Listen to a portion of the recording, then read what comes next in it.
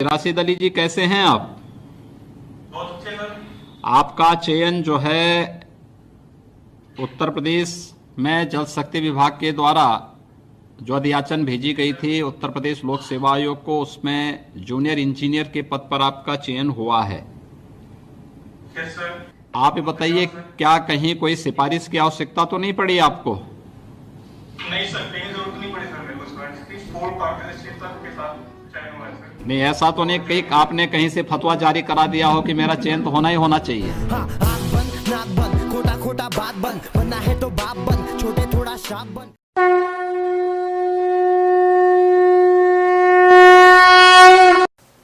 नमस्ते दोस्तों, आप सबका एक बार फिर से स्वागत है आपके अपने YouTube चैनल सत्य सनातन में। आज मैं सोच रहा था बैठे बैठे कि कुछ ऐसे क्लिप्स जिनके ऊपर बात होनी चाहिए, पर वो कई सारे थे, अलग अलग उनकी खबर बन सकती थी, इन सब के ऊपर आराम से बैठ करके बातचीत करते हैं। योगी जी का तो अपना अलग ही तरीका है, तौर तरीका है बात करने का, समझाने का, उस पर तो हम क्या ही जाएं। एक बार की बात है कि सोनिया गांधी ने गुजरात चुनाव प्रचार में कहा था कि नरेंद्र मोदी मौत का सौदागर है, लेकिन अगर हम कमलनाथ की बात माने तो राहुल गांधी मूत का सौदागर है, कह सकते हैं। मूत मतलब मूत्र, उसी का सौदागर है। तो किसी बात को किस प्रकार से हम कहें, और एक तरीके से नहीं बल्कि 20 तरीके से एक ही बात को किस प्रकार से हम प्रेजेंट कर सकते हैं, रिप्रेजेंट कर सकते हैं कि ना खुद को समझ में आए और ना ही सामने वाले को समझ में आए। इसकी एक छोटी सी झलक हमको देखने को मिलती है राहुल गांधी जी के एक इंटरव्यू से। They believe that they can suppress the emotions of the Tamil people. They believe that they can suppress the spirit of the Tamil people. I came to give them a message that nobody is going to suppress the Tamil spirit. And there is a reason for it. First of all, the Tamil spirit cannot be suppressed. And second of all, suppressing the Tamil spirit is the worst thing you can do for our country. और जब out of syllabus कोई सवाल आ जाता है तो उस समय पर क्या करना चाहिए, कैसे करना चाहिए और क्या हो जाता है अक्सर कर स्टूडेंट्स के साथ में, वो भी हमें सीखने को मिलता है राहुल गांधी जी से ही। तो ये तमिलनाडु ही है, ये वही तमिलनाडु जहां पर जल्लीकट्टू होता है, और उस जल्लीकट्टू को लेकर के सबसे ज्यादा हंगामा अगर किसी ने मचाया था तो वो कांग्रेस ही थी। आज ये तमिलनाडु जाकर के बता रहे हैं कि तमिलनाडु की जो स्पिरिट है उसको कोई भी खत्म नहीं कर सकता है, क्योंकि वो की नहीं जा सकती है, और उसको करना मतलब भारत की स्पिरिट को खत्म करना है। इसलिए मैं समझाना चाहता हूं, मैं उन लोगों को बताना चाहता हूं कि इस स्पिरिट को कोई भी धक्का, कोई भी नुकसान नहीं पहुंचाना चाहिए। अजीब बात है। और जब बात उठती है सिखों के साथ में हुए अत्याचार की, तो उस समय पर भी यह नहीं बोलते हैं, क्योंकि सिखों के ऊपर जो अत्याचार हुए पार्टीशन के टाइम पर, क्योंकि वो सब हुए ही थे नेहरू जी की गलती की वजह से। अब जब आपके सामने सवाल ही ऐसा खड़ा कर दिया जाए जो आपके खुद के पैरों के ऊपर कुल्हाड़ी मारने के बराबर हो, तो आप उसमें क्या जवाब दे सकते हैं? तो 1 मरे, 100 मरे, 200 मरे, नरेंद्र मोदी को कोई फर्क नहीं पड़ता। 10 लाख पंजाबी मरे थे जब देश आजाद हुआ था, तो क्या वो शहादत भी भूल गई है बीजेपी? देखिए,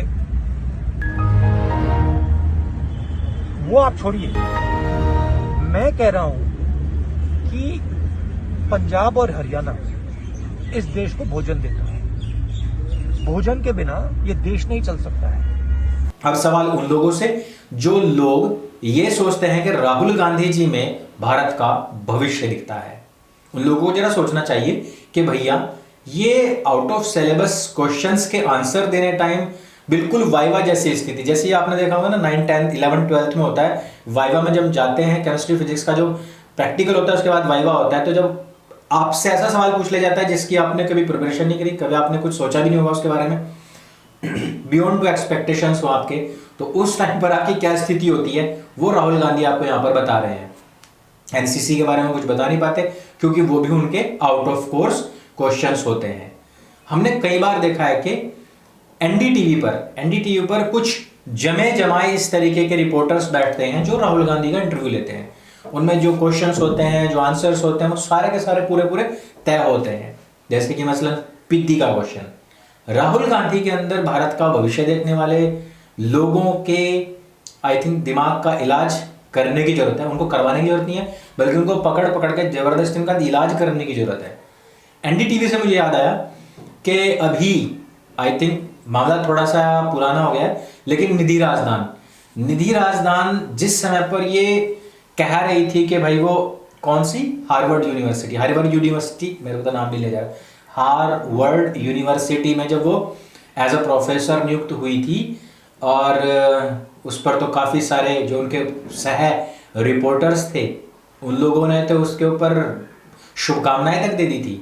Professor at Harvard, congratulations, and you'll do them proud, mark my word. यही नहीं, इनके पूरे के पूरे गैंग ने भी शुभकामनाएं दी थी, लेकिन जब उनको पता लगा कि उनके साथ में फिशिंग हुई है तो इन लोगों ने सफाई देनी शुरू कर दी। लेकिन यहां पर आपको एक बात जो गौर करने की है, जिसके ऊपर किसी का ध्यान नहीं जा रहा है, वो ये है कि जब हम किसी कंट्री में जाते हैं, जैसे कि अमेरिका में ही जा रहे हैं हम, तो वहां आपको बताना पड़ता है कि भाई आप यहाँ क्यों आए हैं।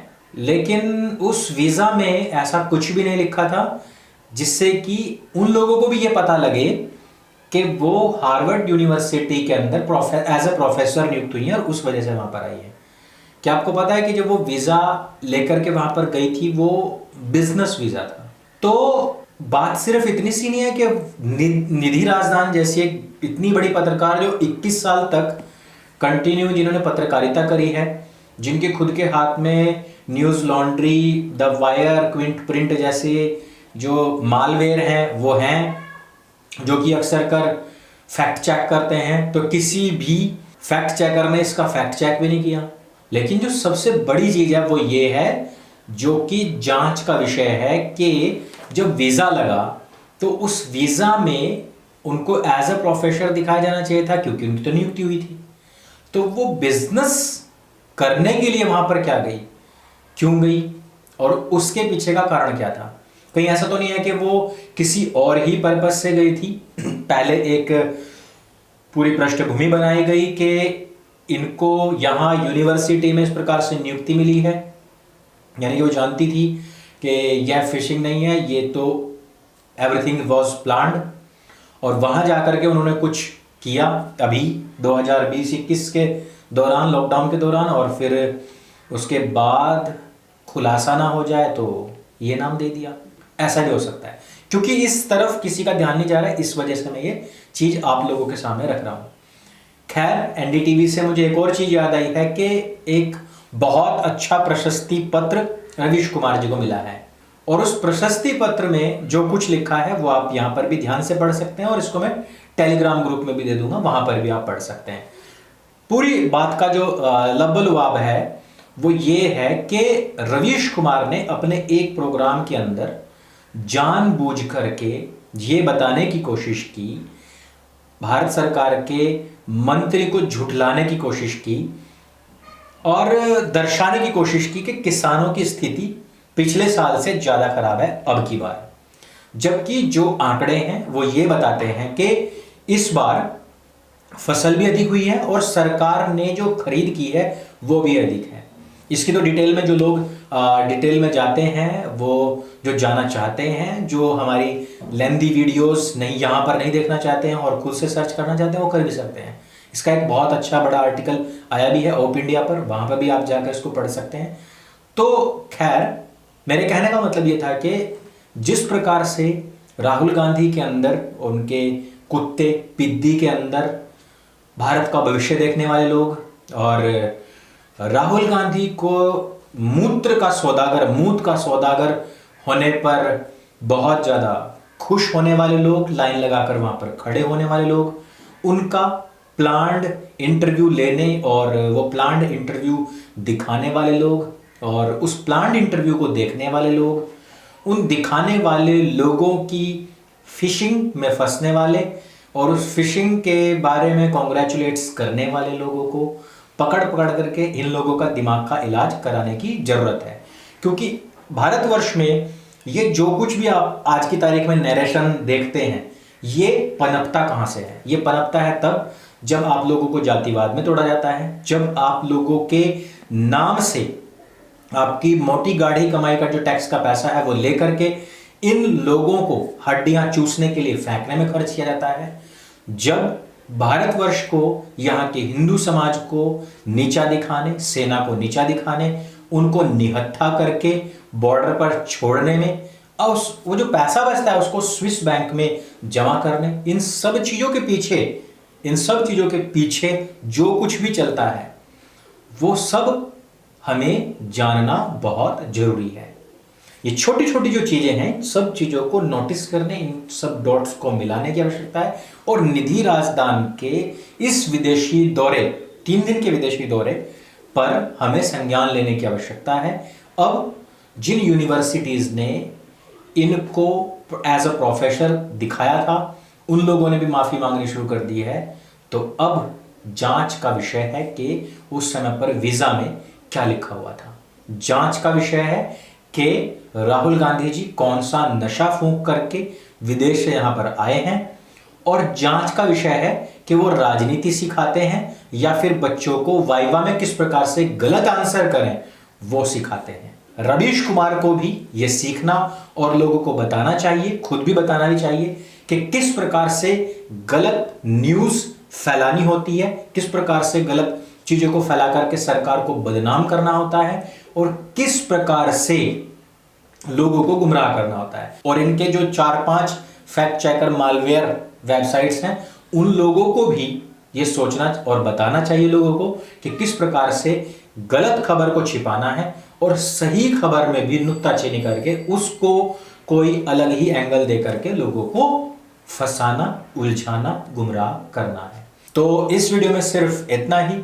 सत्य सनातन के साथ इसी प्रकार से बने रहिए। मेरे संग बोलिए सत्य सनातन वैदिक धर्म की जय। जय हिंद, वंदे मातरम।